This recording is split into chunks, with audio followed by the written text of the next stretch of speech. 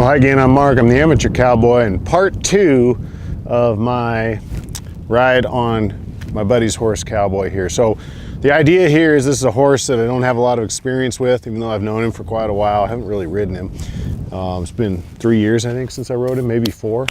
So just kind of walking through the things I might do with a new horse to put a ride on him and show how that's done. So first of all, I've got him in a comfortable situation. He's got a buddy here, bull. It's not always necessary, but if you've got that at your disposal, it's kind of a nice thing to do. The other thing I want to mention is I know this horse can pull back. And when he pulls back, if he's tied fast, he'll panic. Then he pulls back harder and you can have a wreck. And I've seen that with this horse multiple times. Let's say I didn't know this horse. Might I assume that he doesn't pull back and tie him fast? I don't think so. I think what I would do with a horse I don't know is try to make sure they're not going anywhere. And this horse clearly is not going anywhere. He's happy here. He's got some hay. He's got a buddy. He had some water earlier that he's done with. So what I did is I didn't tie him fast. I just took the rope and I kind of put it through a number of times so that when he pulls back, if he does, he's not going to encounter anything that's going to stop him. He's just going to get some resistance, and it's not going to be as satisfying to him if he does pull back. Now that right there, I'm not going to allow that. And that's another thing this horse does.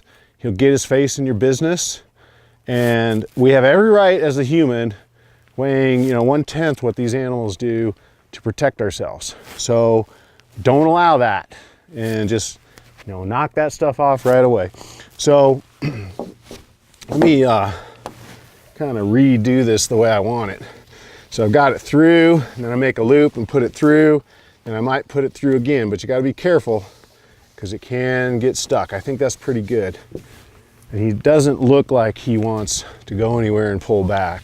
So with that done, I'm going to go ahead and tack him up the way I would a brand new horse, not an unbroke horse. This is a broke horse, not green, but a horse I don't really know that well. So unlike bull, I might be a little bit more careful with a horse like this that I don't know. Let's say you go on a outfitted hunt, or you go on a dude ranch, you go somewhere where they give you a horse that you don't know. I'd recommend you be pretty careful with that horse in the beginning, get to know him, and take some precautions. So here's my blanket. This is Bull's blanket, but today it's going to be Cowboy's blanket. So I'm going to let him smell this blanket, and then I'm going to see how he responds when I kind of wave it at him. And he looks like he's just fine. Okay, so you see I'm just testing things out before I make assumptions. And then once I decide, oh, he's fine with it, I don't walk on eggshells. I throw the blanket up on there just like I would any other horse. This is a big horse. He's about 16'3", and he's wide. Not fat, but he's just a very athletic, strong horse. So I'm gonna take care to get the mane out of there so it doesn't pull when I put my saddle up. And I'm gonna reassure this horse, even though I kind of got after him there where he got his head in my business. I don't dislike the horse. It's all about rules and what's allowed and what's not allowed. People call it respect. I don't think horses really think in terms of respect or disrespect. They think in terms of dominance to a degree, and then just basically, what am I allowed to do and what am I not allowed to do? Kind of like kids in a lot of ways. So now I'm going to get my saddle out, and I don't anticipate any issues getting him saddled.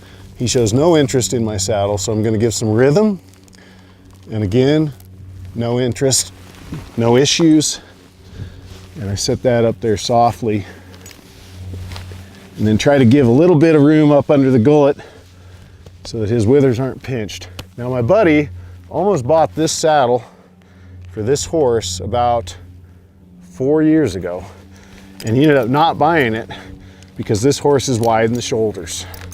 This is a race horse off the track up in Washington, state of Washington. Actually had a pretty decent record.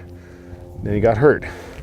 And a lot of racehorses that don't get hurt don't live to the ripe old age of, I think this horse is about 12. But this horse has made his way here to Colorado, and he can wear this saddle for the purposes of what we're going to do today. Now that head bob is something he does when he gets a little bit, I don't know, crazy, but I don't worry about stuff like that. There's no correction, there's no like, stop bobbing your head. No, that's fine. If he wants to do that, whatever. I'm gonna let this out because I know this horse is bigger than my horse bull. This is what's called the off billet. And just give him a little bit more room. I think I might drop this one notch too. I haven't had this saddle on any horse other than bull, as far as I know, since I bought it. So, kind of interesting.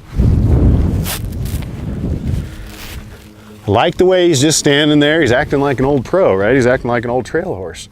He's like, yeah, I've been here before, I've done this. All right.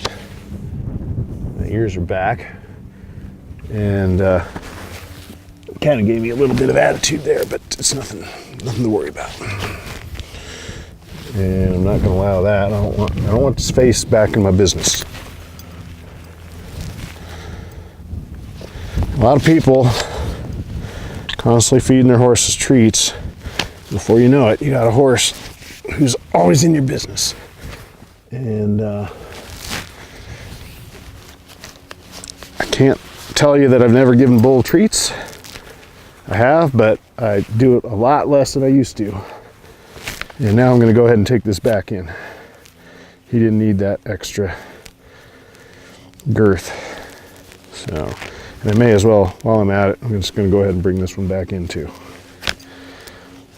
But, you know, if you were looking for a video of a horse that's hard to tack up, I don't think we're going to get that here. But it's still a good exercise to watch. Now, I do like to watch what their reaction is when I start to snug up the girth. In fact, because of that reaction I just got, I'm not going to go much more snug than that right now. I'm going to let him adjust to that. And I'll go ahead and do the rear cinch, but not tight. That's not tight at all. It's against his skin.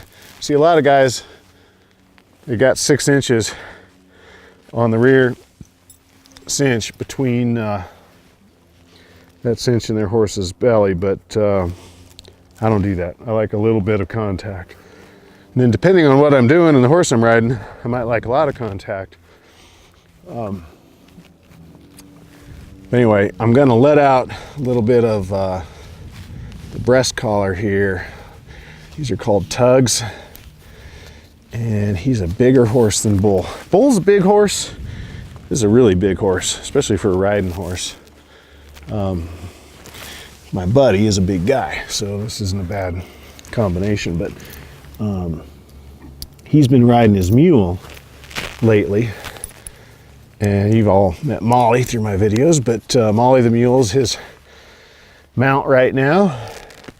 And this horse just kind of been fat and happy out on the pasture. All right, now, I don't see any concerns. I don't see any indication to be worried.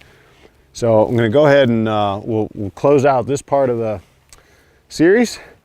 We'll get into the round corral, I'll show you my pre-flight checks, what I'm gonna look for before I get on a horse that I don't really know, and then we'll get on and hopefully have a really good ride. So I'm Mark, I am the Amateur Cowboy with a horse named Cowboy.